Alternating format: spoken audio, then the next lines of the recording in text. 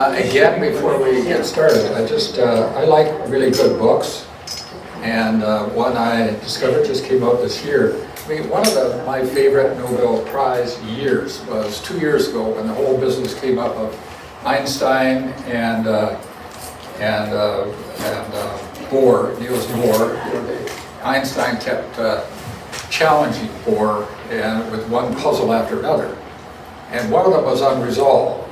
Entanglement of two particles at enormous distances. I mean, it just seemed wrong.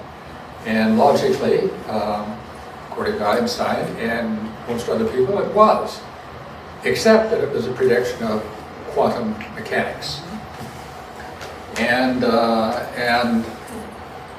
so as it turned out, Einstein was wrong. That's what the Nobel Prize was all about. But what I liked about it was, here are two magnificent men who really respected one another, quite different animals. One a very social person, very hard to know who actually came up with ideas in Bohr's lab because it was all collaborative. No doubt about Einstein, it came from him because he was the only one working on it. And it was really quite extraordinary, the respect each man had for the other, even if there was a lot of frustration, and there was. And then, of course, just in the last 2 years, just kind of watching stuff, now with the development of quantum computers, it becomes quite clear that entanglement is the way it is. In fact, quantum computers depends on that property. So now we'll just move into today. Well, I don't know about you. Well, I mentioned feeling glum this morning, really because of emails that came through to me, or text messages early in the morning, and then talking to my daughter in Alaska. Of course, that's a red state. Anyway, it's time to switch to something that you don't have to vote for. And so this is a good year. If this were a winery, this is a good wine year, at least on the science side. I can't speak for the others. Although Valmai tells me, you tell me, Valmai, that the literature prize is very good, right? Yeah, that's great. And David Elkins is again doing the economics prize and the peace prize. So but I'm doing the science prizes to begin with. This is an odd year in the Nobel Prizes because a lot of people in the science world were a little incredulous that the Nobel Committee. I mean, essentially what it's about is artificial intelligence. Well, where does that fit into classical physics or classical chemistry? How does that work? And so some people were a little baffled by that, some upset about it. And my own perspective is that the whole subject is larger than the men who were named to be laureates. In fact, in the case of physics, not so much chemistry, the pivotal work that they contributed was back in the 1980s. It's gone a long way since then, almost exponentially. So I understand the Nobel people awarding prizes 30, 40, 50 years later. But I think they could have handled this one better. Nonetheless, the story is a very important one. And it's a story that needs to be told because it has enormous implications for us now and for sure in the future. So here we are. I had a good start on this because, well, there's Alan Turing. He's the fellow who, in a sense, the father of computing machinery. And that's his original paper. That's the paper that launched AI, or smart computers. And there it is, 1950, so the middle of the last century. And we'll see where I go. And I was prepped for this because we did put on a program. Where did I go back on the other one? Yeah, this one. We had put on this program a year ago, I think this time last year. And so a lot of the prep that went into that goes right into this. It fits, except the story is worse in terms of some implications. Well, you've seen this picture before. I'd rather like it. Just look at the date. What is it? 2017. People were already alarmed. This is 8 years ago. And I love the artwork of the New Yorker magazine. I absolutely love it.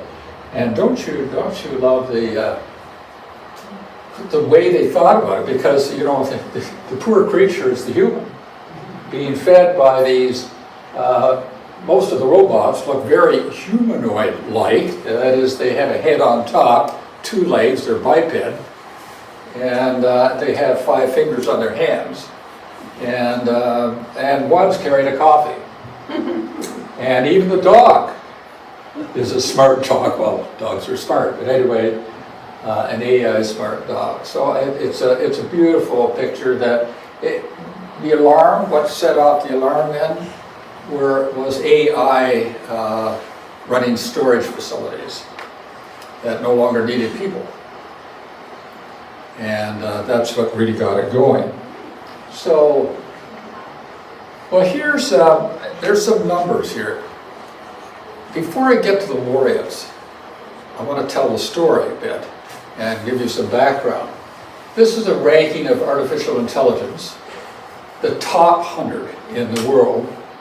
And what's the measure of that? These are the best institutions, or the institutions with the best AI programs.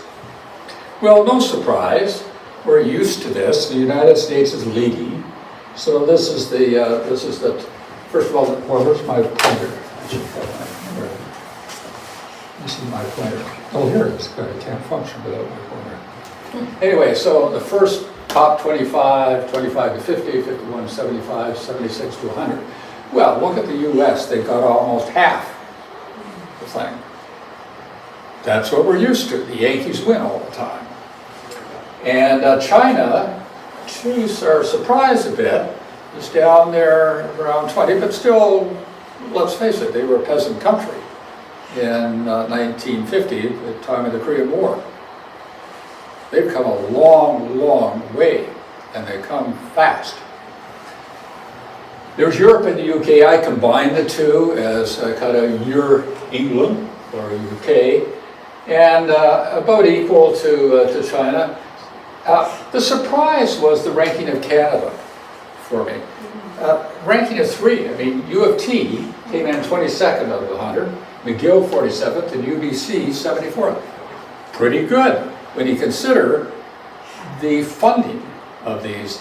Canadian funding, government funding for this kind of stuff has been compared to the US and to some extent Europe, has been low, but it's been smart funding. That might be a surprise for you, that governments would function that way. But they did, they got hidden. They realized if you got a key, that he would attract people and bring them to U of T. And that's exactly what happened. And Israel, no surprise, South Korea, Japan. So that's a traditional, most surprised looking figure there. But disturbing is this. Because if you really want to know what's going on in the world, look at the top 1% cited papers, meaning the best quality papers. Well, I'm not going to walk around trying not to trip, but just look at what goes on. These are, so you can see the obvious trend. I mean, China's been steady up here. The United States and European Union kind of fallen here, and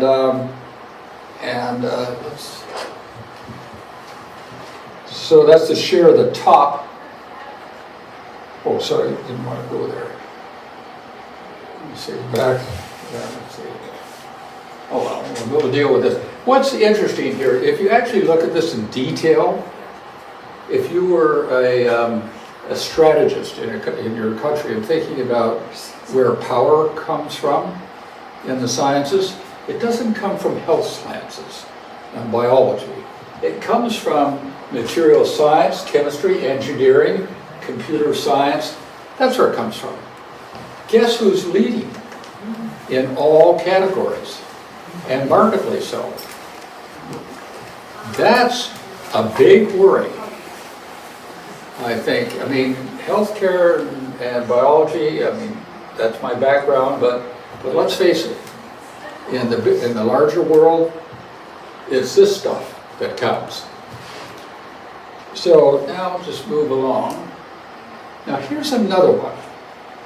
This is also very worrying, because this looks at the proportion of students, PhD students, from around the world in the US, getting their PhDs in the US. It turns out that over 50% of PhDs granted in the United States go to non-Americans. And guess who they are? China and Southeast Asia. Now, no surprise, if you go back into, say, the first half of the 20th century, and before that, if you wanted to learn about, well, if you want to learn about physics in those Camelot years, the first 30 or 40 years of that in 1900, 1940, well, where was the best work being done? By far it was being done in Europe, and to some extent in the UK. So the migration for higher degrees was in that direction. Then that switched post-war, didn't it? And the US became the haven, safe haven, and home. But this is not good, because it's not so much that Chinese are coming and getting PhDs, it's that Americans aren't. And they're not being educated well, especially men. And so you're talking about an empire collapsing. I mean, that's the kind of stuff that leads to it, because this is where leadership comes from. So that's another one. And look at where all of that, I mean, what are they getting their PhDs in? Computer sciences. This is the very subject of today. And mathematics, engineering, physical sciences, all of this. That's where most of them are. I mean, it's almost as if China had a policy of sending people over to the US. My guess is it's maybe not that deliberate, but it might be. I don't know. I also don't know where they go when they get their PhD or do their postdoc. They probably go from the US to Europe or back and forth and that kind of thing, form collaborative networks around the world, which is how science works.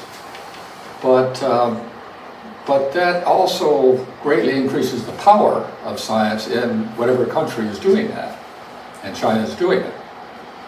So this is not an anti-China talk at all, but it's a wake-up call. Because everything I'm going to say after that about AI is really who's doing it.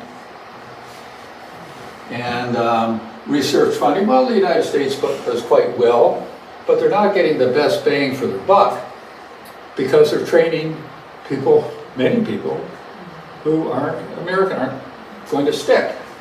So that's the kind of set here. There are factors in this ranking. Well, things you don't know about is defense funding. I mean, in the United States, in the post-war period, a lot of money went to Harvard and Caltech and MIT, because military needs and civilian needs were they were blurred together. I mean, where do you think the internet came from? Military budget. And the other thing is the private sector. What wasn't around, say, 30 years ago were giant tech companies with budgets, or at least of worth values, of around $1 trillion each. Maybe a little less, maybe more, but a lot. That's a huge amount of power in the hands of very few people who aren't reporting to government, to anyone else. I'm not sure who they're actually responsible to. And one will become Musk, probably a cabinet member.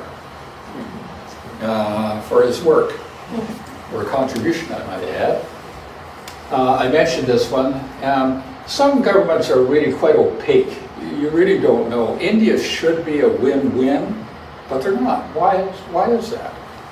I mean, they're bigger than China. They've got very clever people. They've had Nobel Prize winners before. They're certainly capable of it, but why not? And so, anyway, that's sorry, go back. All right, now, so here we are. I want to say something about,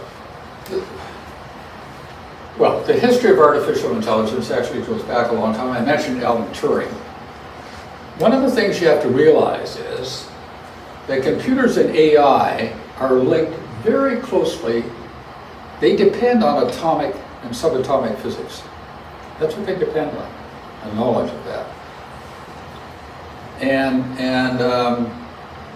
But also math and statistics. Those are not kind of attractive things for people apparently to take in the U.S. and Canada as subjects, but they're the basis of this revolution. The other thing is that they've done evolution is competitive, right? Whatever trait or characteristic favors a particular trait, that one will be selected for. Those that aren't are lost. Well, in the AI world, in the computer world, competition, they've deliberately set up competitive things. And in the early years, think back to the 1980s, 90s, you know, when another announcement was made that the computer beat the best person in chess, and then it was go, and then it didn't matter what the game was. The computer, what they were doing were devising computers that could chew up enormous amounts of data and come up with iterative solutions. That's what was happening. Yes, it was a game. It really wasn't a game. And next week when we talk about the protein story, you'll see that this kind of open competition actually helps a lot. It actually spurred the development of really sophisticated programs that really broke things open for proteins. Now, and then this I've already said. I would dare say, just from my keeping up in the last few years more to astrophysics, I'll tell you, next to telescopes, computers and AI are probably the most important tools for studying the origins and evolution of the universe. In fact, you couldn't do it. The James Webb Telescope, you couldn't analyze anything, or almost anything, without AI. The same holds true for the Hadron Collider in Europe. I mean, that was a statistical proof of literally millions of trials to solve the Higgs particle. That wasn't some human sitting down with paper figuring stuff out. So AI had been around for us a long time, although maybe not so obvious until last year, until ChatGPT came along, and we had a kind of a toy. Well, creating designer programs, I'll just go through this kind of quickly because we're going to cover more next week, but proteins are literally the backbone of cells. Would you believe it? You actually have thousands of distinct proteins, and their function really depends on their shape. Not the linear arrangement of their amino acid, that too, of course, but their particular 3D shape. So that's what the program broke in 2021 with AlphaFold, with Google. So, well, there's so, you know, in the last, well, since 2018, the Nobel Committee has awarded Nobel Prizes for some aspect of protein stuff. And here this one was looking for the could you harness evolution to improve or develop proteins? It was a great prize. It just didn't kind of go anywhere, unfortunately. And then 2 years ago, another one that kind of looked very interesting. The laureates were very interesting, but a little bit laborious. But I'll tell you, this is a game changer. This is why the committee awarded the Nobel Prize, because this program completely changed the topography of the solution to this problem of what is the 3D shape of proteins and therefore their function. So, and here, well, I jumped ahead, but here we are. Google's DeepMind originated in London, England. Note Google here, and John Jumper and Demis Hassabis. But it's John Jumper who's the key. Every group has a key person with the ability to kind of inspire people around them and encourage them. That's John Jumper. And he has the backup, the financial backup, and the computer power of Google behind him. And an equivalent one, interestingly enough, developed in a university setting by David Baker and his team at the University of Washington. He called, or his group's one was Rosetta Fold. It does pretty much what AlphaFold does. And so we'll just go on a little bit more, but it was so revolutionary in 2021 because they held these open competitions, and there's no doubt AlphaFold won overwhelmingly in that year. It's just obvious it was the best program. And just to point out, AI is with us. I guess what's assessing your weather and long-term climate change.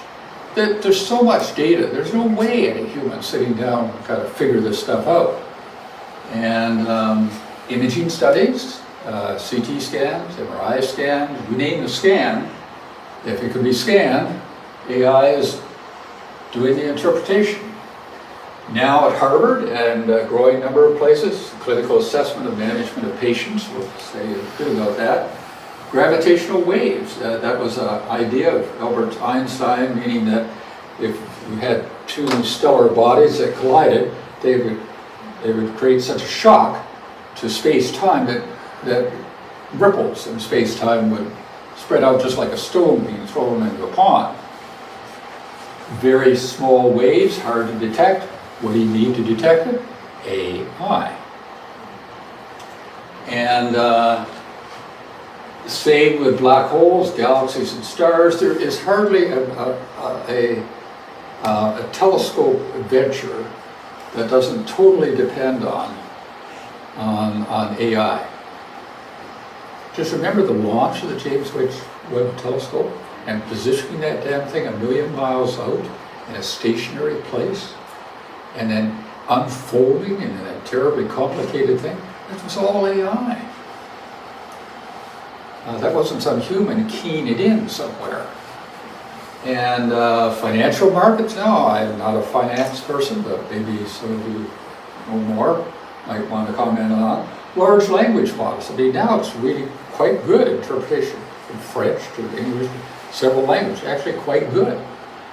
Not perfect, but a hell of a lot better than nothing, and much better than that. The 3D shape of proteins, the abuse with facial and voice recognition, restoring speech and walking, that's been an interest, a concern of mine because of a local patient, and surveillance. And this list could go on and on. The point is that AI has been around for at least 2 decades in one form or another, in growing sophistication, with a logarithmic increase in its power for the last, say, 3 decades. So if that's the trajectory now, it isn't going to change. It's going to become a lot more powerful. So, moving on, AI medicine, I'm not going to repeat all of this, but Harvard's all in on this. I mean, it's in the clinics, it's in the emergency room, it's analyzing charts, It's actually interviewing patients and doing a better job. And the Israeli study 2 years ago showed it was better than most physicians in practice. And even better than recent trainees. So can it handle that kind of diagnostic information? Absolutely. Will it get better? Sure, because it learns every patient it sees. And we forget. So that was their start. And I don't need to say this because I just said it. But it can act as an electronic resident and actually do quite a good job. I put in which or who here because it's beginning to behave like us in its skills. And it's also, believe it or not, many patients prefer it because it's not impatient, it doesn't get angry, it's there 24/7. You can be in some remote place and it's still working for you. So it's actually, in my perspective, it's a big boom for medicine. Well, machine learning, okay, now just follow me through that. I'm condensing really dense stuff here. So let's just walk through it here. Machine and self-learning, you've heard these terms a lot, I'm sure in the paper thing, but anyway. Configurations of a computer's design and operating system, algorithms and software. It's all been compared to how the brain works. And the Nobel Committee this year, in their press release, their kind of more simplified presentation, and in their scientific presentation, have these goofy pictures of 2 or 3 neurons connecting with one another, and then the equivalent for a computer. And kind of comic, like layering of it. I get it, but I don't get it. I think the brain is a lot more complicated than that, and I think what AI is doing is a lot more complicated than that. And I don't think it's a kind of a mechanical or electrical brain. So I think the analogy is not a good one. Interestingly enough, though, both learn well. The difference is that AI doesn't forget the way we do as we get older. And here's one of these comic pictures. This is right in all 3 articles from the Nobel. Generally, in the sciences, the Nobel really does a good job in their articles. They're thought through, well written. But I looked at this stuff and I said, okay, I get it, but I don't get it. I don't believe it's that simple. And where are we here? Oh, sorry, I want to go back. The other thing they talk about are layers. Well, the brain has a whole lot of layers. Okay, there are 6 layers in the neocortex. This is a highly simplified drawing. You're probably looking at, in this artist's work, less than 1% of the cells.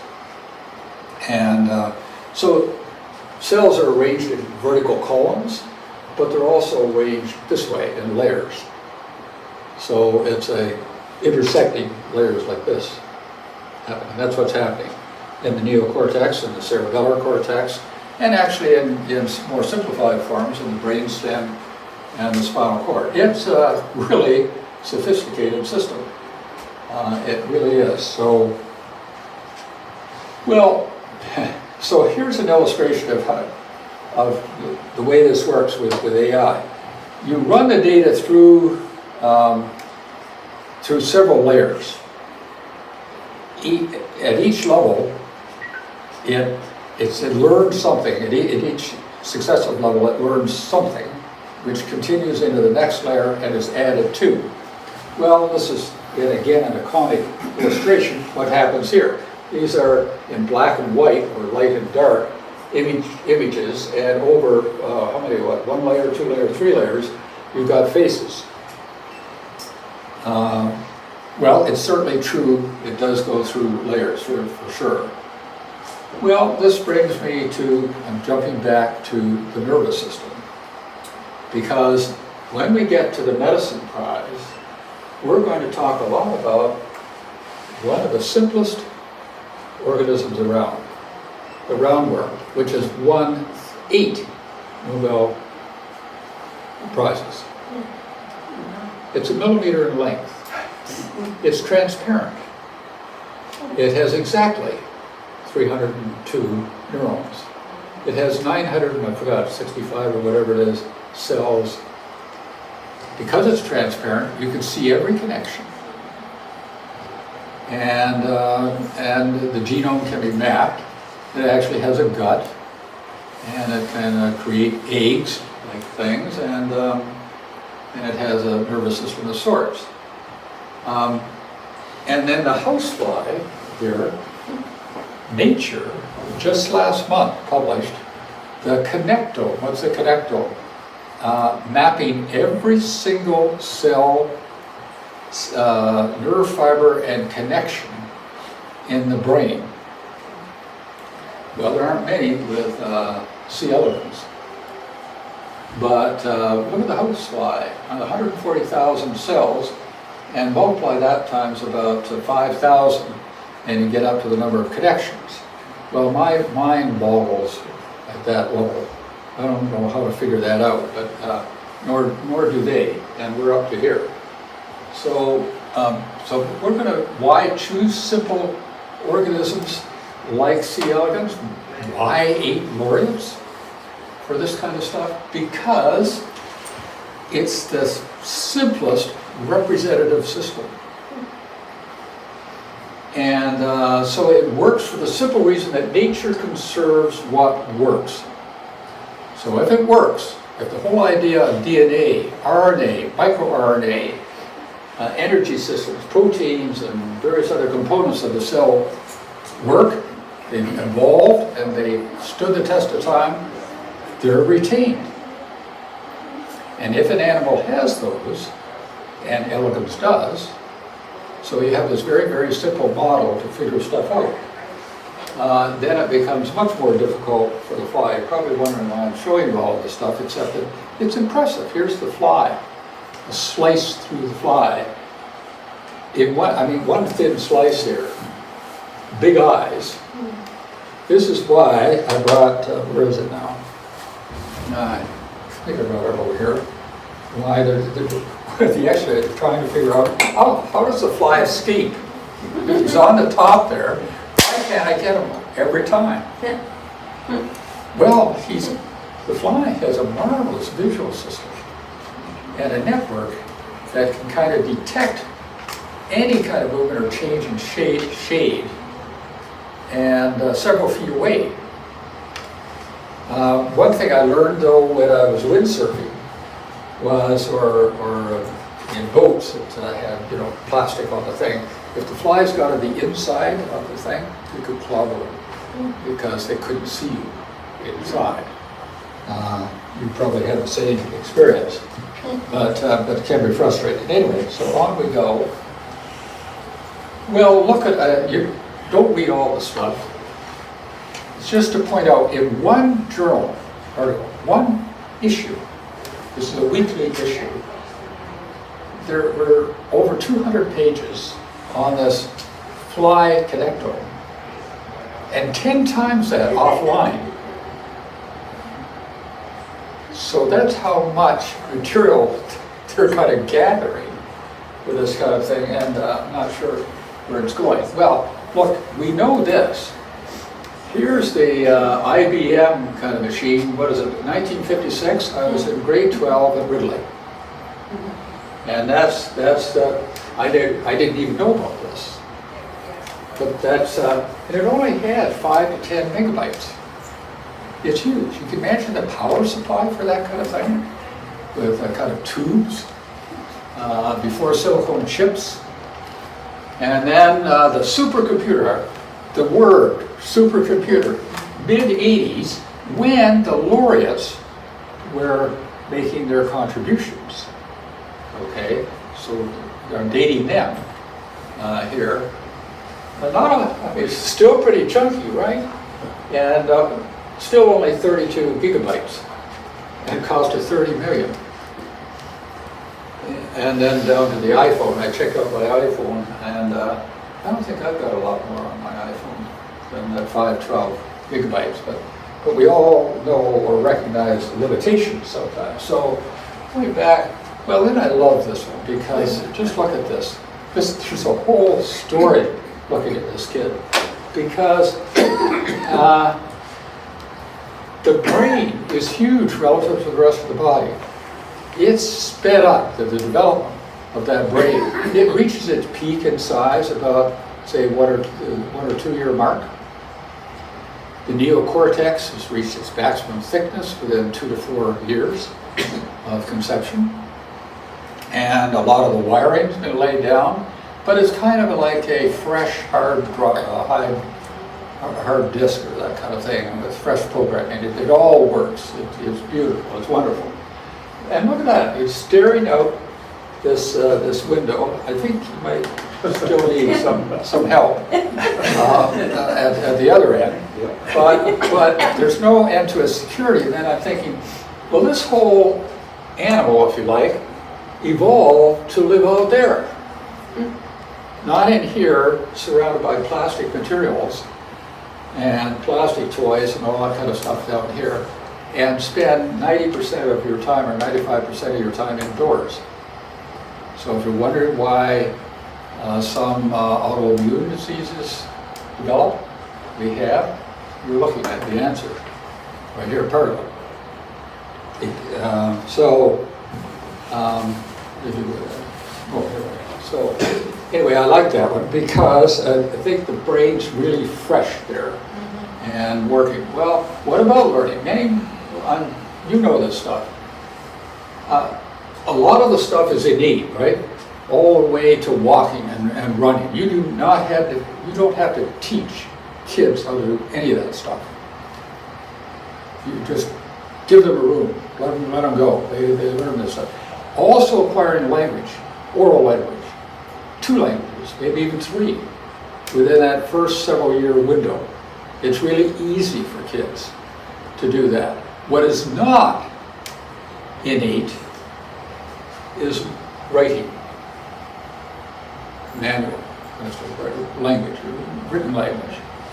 That's not innate. And this is an important thing. Learning is associated with, well, you know this, strengthening brain cell to brain cell connections. And they claim the same for AI, from node to node, strengthening the connections. But there's a difference biologically, because in the brain, there's a phenomenon called programmed cell death, meaning there are populations of cells that are dying all the time, and not prematurely, just their time has run out. Their useful function has run out, and they disappear without a trace. And where's that discovery made? In C. elegans. One of those really fundamental observations about nature that we now know runs through an enormous number of species. Programmed cell death. We're not talking about aging. We're talking about cells that have just ended their useful time. And here's what I've been talking about. This is a log plot of instructions executed, millions of them per second. Well, this is log, so there's 1, 10, 100, 1,000, 10,000, 100,000, million.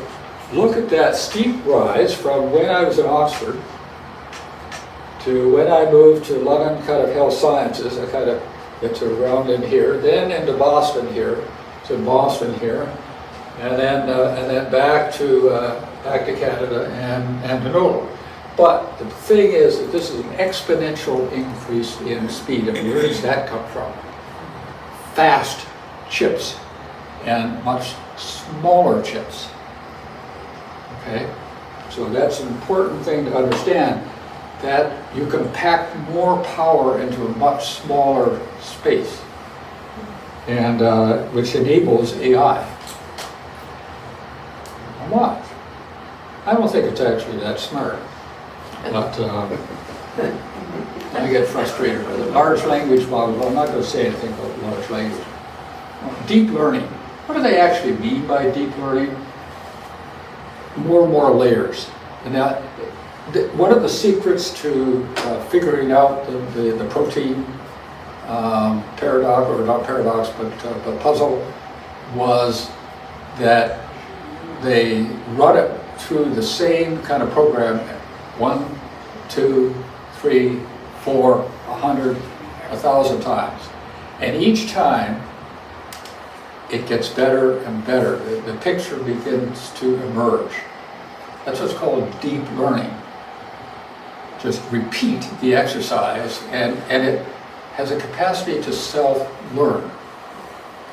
That's very much like us. It's not code written. Remember the days, in the early days, when people wrote programs for computers, and they were very precise, like those calculators you had, kind of thing, in your pocket, that kind of thing. It does precisely what you ask it. But these devices are not doing that. They're going beyond that. They're actually finding novel solutions to something, to a problem. Or it'll search its database for other algorithms that are closely related but might have an advantage. And then it chooses that. The programmers have no clue what it's done, except the performance has improved. So now it's become autonomously learning, right? Like us. We autonomously learn. So that's an interesting thing. That's for human. This is this was one of my favorite Nobel Prizes, Frances Arnold, amazing. But here's the key paragraph. What she did, this whole problem of figuring out proteins was really almost an insurmountable thing, and started from scratch. And look, there are 20 amino acids that can be arranged in any order and any number. Do you know that the number, the time taken to look at all the possibilities is longer than from the Big Bang to now? So it's hopeless to kind of design proteins. What she did, she entered them in a competition. She created mutations and then played one mutation off against another. And that's how she found a better enzyme. That's why she got the Nobel Prize. I don't know why it didn't go further, but the AI developers knew about her work, and I said, well, gee, that's what's happening in our software here. It's actually figuring out, it recognizes problems, it's looking for a better solution, and that's where it looks for other algorithms or improved, and actually algorithms mutate in a version of evolution, and sometimes get better. So that's a very important thing, because it suggests there's a form of evolution in AI at work. That's an important thing to grasp. Now here's the whole business, just to show you progress. I mean, I was associated with one patient here in Niagara-on-the-Lake quite closely with ALS and language problems, to the point where he could not speak and couldn't move his hands, so he couldn't play with anything, couldn't interact that way.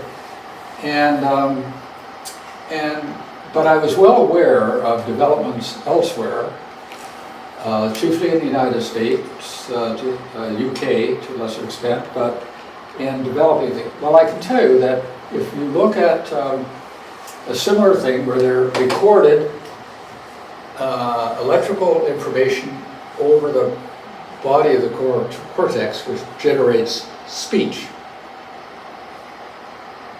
How do you unscramble that and rearrange it so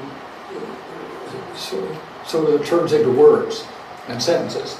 Well, I can tell you 2 or 3 years ago, when I wrote my first little article in the Lake Report about this, the vocabulary was limited to 100 words, and that was about 10 words per minute, and the error rate was around a third. Well, it's appalling. You know what it's up to now? Several thousand words now. The error rate is under 1%. and in 3 years, 2 or 3 years. That's stunning. That is absolutely stunning. That shows that logarithmic improvement that I was talking about. So where are we at the next one? Now, this is typical of the New England Journal of Medicine. Too much detail crammed onto one thing, except the only reason why I'm showing you this is just, this is the raw recording. It includes eye movement artifact and heart artifact and that kind of thing. So how the hell would you ever spot a pattern in that? Well, then it goes through several stages, layering, if you like. So they've got rid of all of this artifact to get this. And then through successively passing through different layers, there are the layers diagrammatically here, it comes up with the best fit for the most likely letter or word, or maybe even a phrase, and ends up as I am very good. Okay, but it's become amazing now. And there's one man in Switzerland who was had severe spinal cord injury, unable to walk, and he can now walk unaided. Has a backpack on uneven ground. And they're getting the data from his motor cortex, sensory motor cortex related to walking, and that kind of has a loop around the lower part of the spinal cord, which is still intact. And so the two working together, he can initiate walking, he can stop walking, and gets around. As I say, he's got a backpack. I mean, all that'll get smaller. But the point is, look at the curve where this is going. Now, I'm not going to go through this. Well, here we are on to our fellows, John Hopefield, and they're all for foundational discoveries and inventions that enable machine learning. Well, okay, we're back in the 1980s. Think that big computer, about that stage. And there's Jeffrey Hinton, and now affiliation at U of T. His contribution came a little later, and because he's the one that really made the breakthrough towards self-learning. That's a huge breakthrough. That's a huge breakthrough.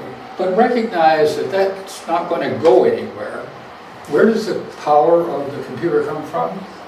From speed. Where did that come from? The gaming industry, because they needed fast chips, okay, and that were adopted. And then you need a lot of processing power packed into a small device. That stuff happens because of engineering, kind of thing. That's not discovering that kind of stuff.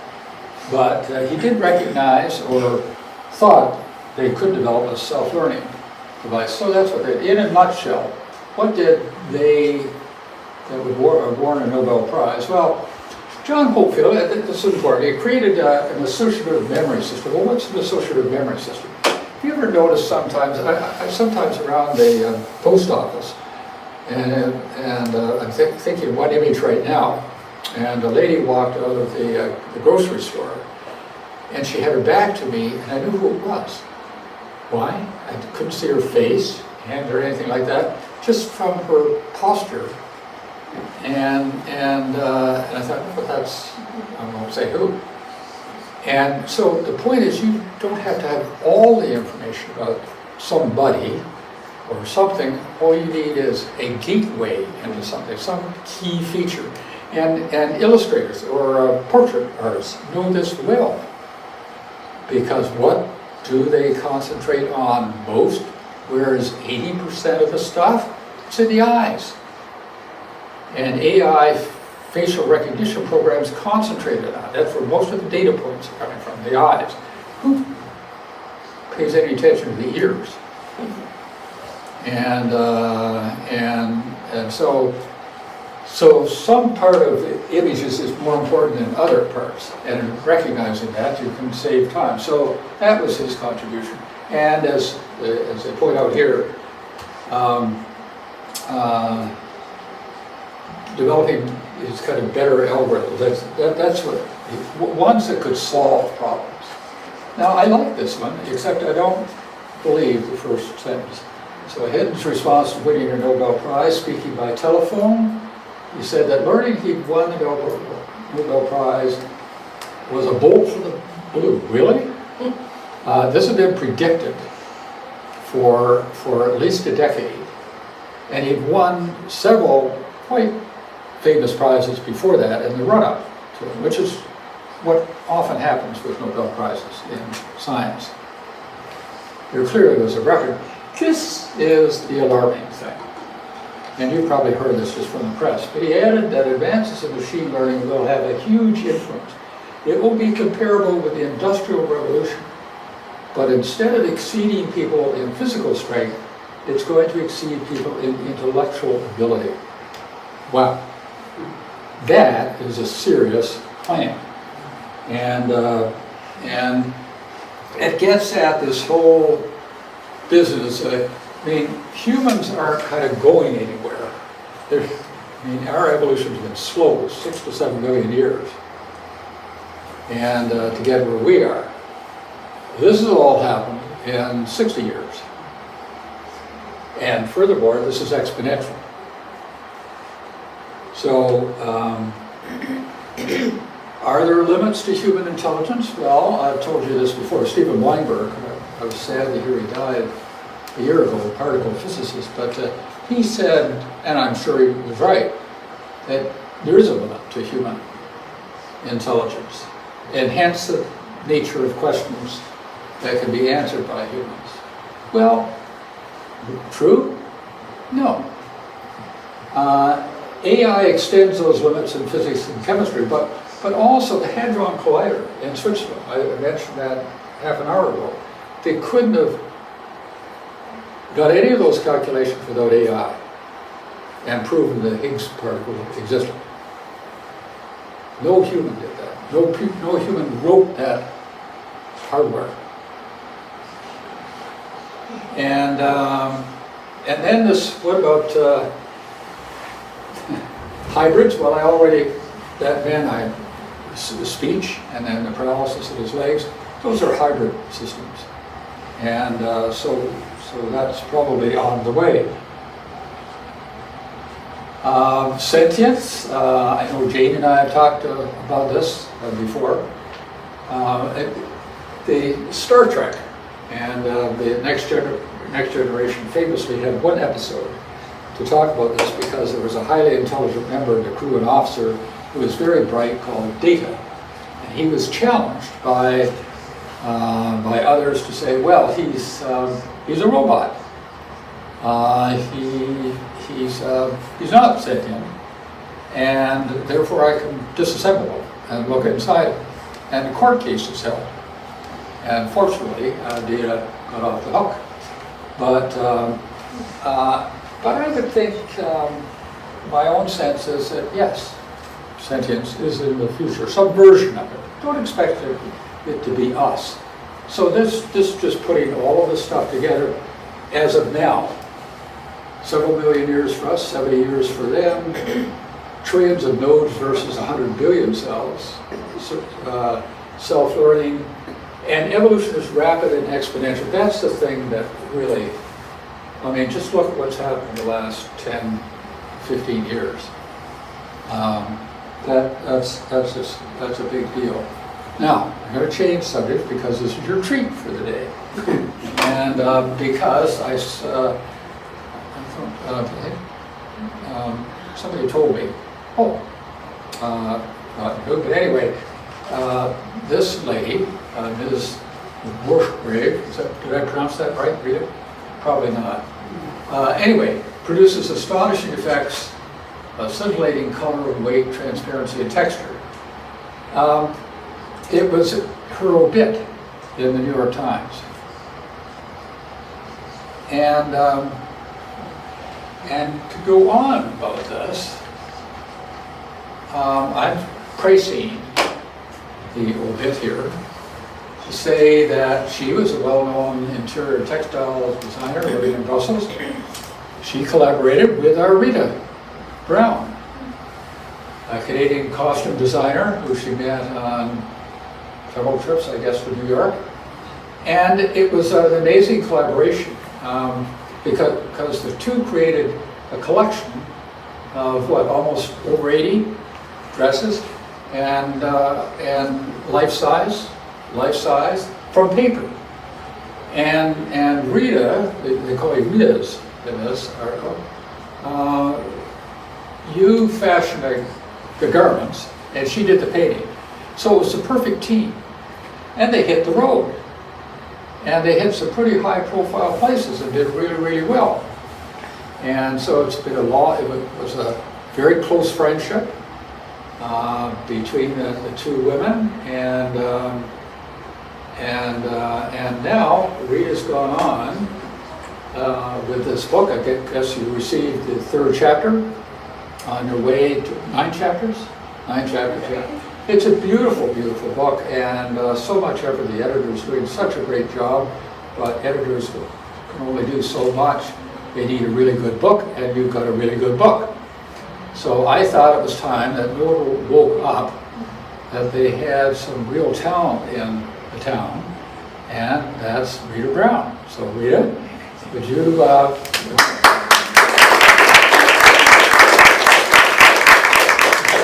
say anything, or have I embarrassed you? No, I'm shocked that you got that up there.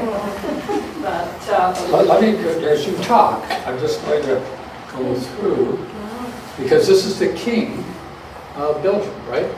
And there she is. And I love, never mind those two, I looked at the set. The set around it is quite gorgeous. And this, well, you should tell us what it is. that's in this group of pictures, that's the only dress that I did. And that is a recreation of Jackie Kennedy's wedding dress. And it said to be so delicate, you couldn't. Yeah.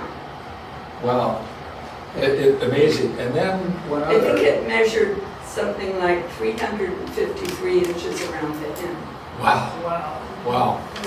What a tribute to you and both of you. This one fascinated me. I didn't get it until today that there's a wire out in front here, and it's the profile of the face. I missed that. It's done beautifully. These are, and it brought me to a more philosophical point about artists and writers. Because, you know, in the sciences, we are not living in the days of Einstein, when 1 or 2 people did everything, especially the theoretical physicists. We're living at a time when a lab or a center, there are even international cooperatives.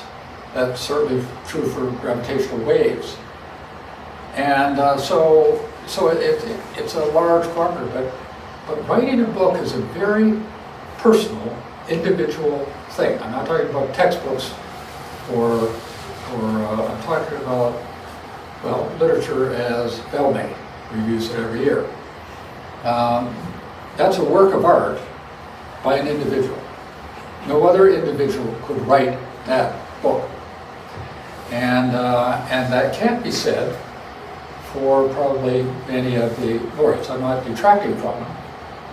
But what I'm saying is these days, there are much more collaborative efforts, sometimes involving hundreds of people. So, and it's a dilemma. They came up with the Nobel Committee yet again. They get lobbied from time to time because people say, well, you know, how can you award something to 2 or 3 people when several hundred made significant contributions to that?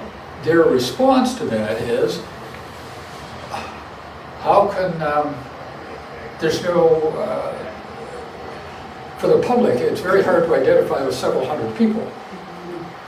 And that was one of their, that struck me as a cop-out. But I think they need to rethink things. They are in an interesting position right now. They're at the top of the heap. There are lots of other prizes these days. There's one prize, I can't remember the name right now, but sort of $3 billion each. But anyway, so next week we're going to move on to maybe more concrete stuff, but this week I wanted to lay the foundation for that. So you kind of understood where this all come from and what it represents. It's one of the other last things I would say is that these companies, Google, but they're all the same, are very secretive. You can understand why. Proprietary information, they don't want to lose control of it. But it does mean that users don't know how it's made some decisions. Now mind you, I don't know how David Elkins makes decisions, or Gene makes decisions any more than they know why I reach certain conclusions. So maybe we're blaming an inanimate object, and we need to look more at ourselves. So anyway, well, thank you very much, and we'll move on to next week. It's a kind of a fun thing to do.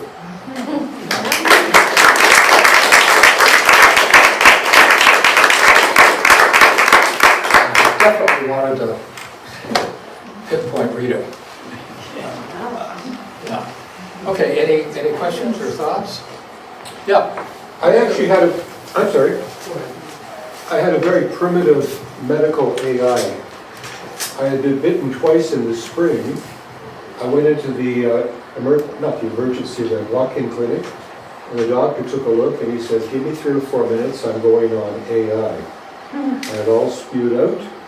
He came back and said, I'm not too concerned, here's some antihistamine, come back in 4 days and it hasn't cleared out. But that was my first experience. Oh, was he right? It was right. Okay. But maybe they'd use it in other more important things in my life, but I was well aware that he was using it for that. It's definitely spreading very quickly in major medical centers. It is, yeah. For sure, and for good reasons. Yeah. Yeah, there's a comment about the large corporations. I know Microsoft is building a data center, and they need enormous amounts of power, cheap power, and they're going to use atomic reactors. Data centers. Okay, and you see that as a risk, environmental risk. The thing is, the amount of data is larger and larger, it takes more power to process it. And so Microsoft is definitely having a huge data center they're building to process their information about what you're talking about. Well, you're absolutely right. I mean, computers are very, very costly to operate. They consume a lot of electric power, and all that stuff we put on the cloud. There's some machine somewhere that requires a giant amount of electricity to cool it. It certainly isn't in the cloud. And I would like to think it is, but no, I agree. These are all concerns, and one of the things in this election run, I got fed up several weeks ago. I was inundated with stuff going on, and I found my kind of emotionally and intellectually, I was like a seesaw, depending on who the talking head was. And I just made a decision. I'll listen to any of those people, or I'll read certain sources, even though I know that, for example, the New York Times or the Washington Post or London Times are very good, but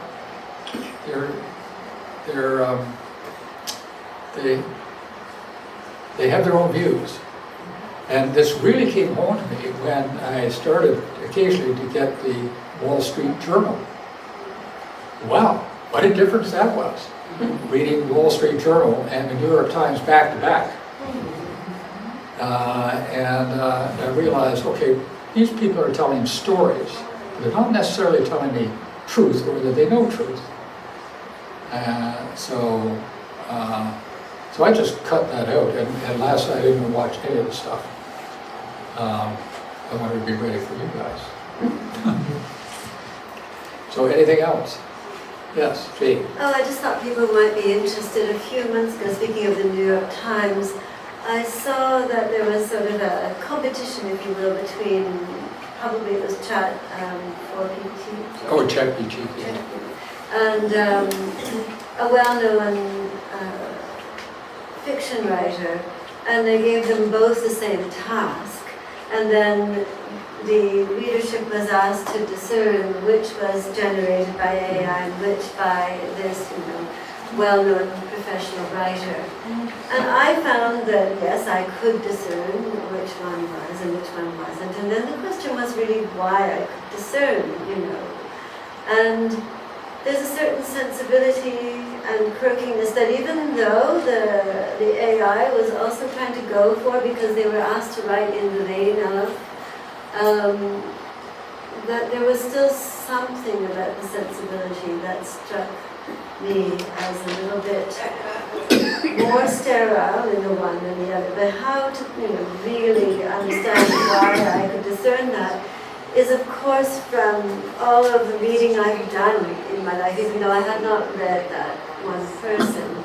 And I think that how we're going to be able to discern what we're seeing in terms of deepfakes and AI-generated content is a big question going forward. If a lot of people haven't been doing, and our young people haven't, very few of them read a whole book anymore. Well, that's what's been happening this last election. Oh, yes. And so where their discernment is going to be coming from in order to sort that out is not clear to me relative to, a lifetime of my reading. And, you raised a few red flags, but the red flags are just all around. They're dizzying in the sense that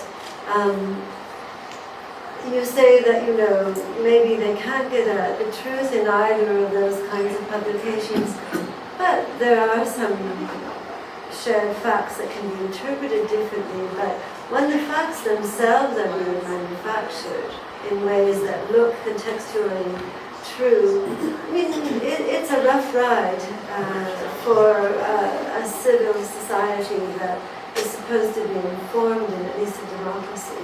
Well, getting the facts fabricated has been an old tool of some governments, right?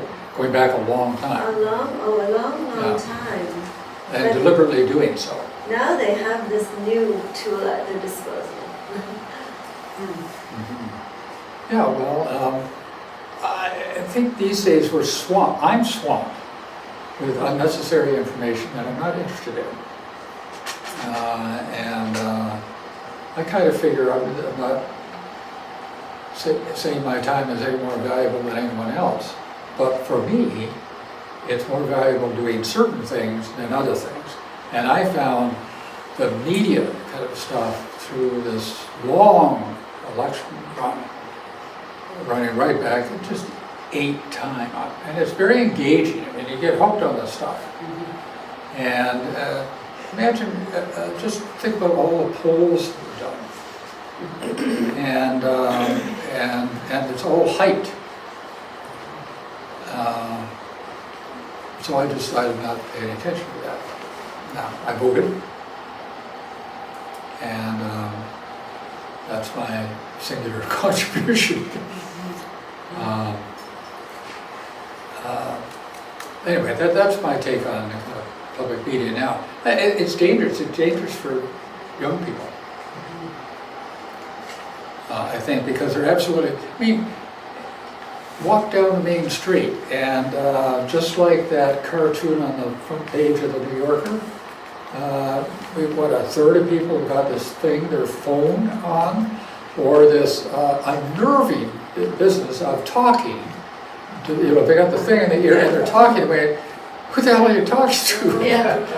And it just, gee, you really can't unwire yourself for a walk down the street on a nice day? Why do you allow people to intrude in your life at the time of their choosing?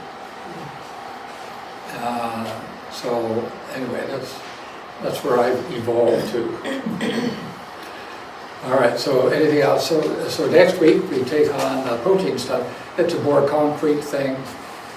Some of the, so I think you'll better understand how it works with a particular example of how it works. And then my favorite of the three is the one on the medicine one. Yeah, because the characters are so interesting. In an era when there were characters and not an army of people. So that's next week. All right, Martin. Thank you.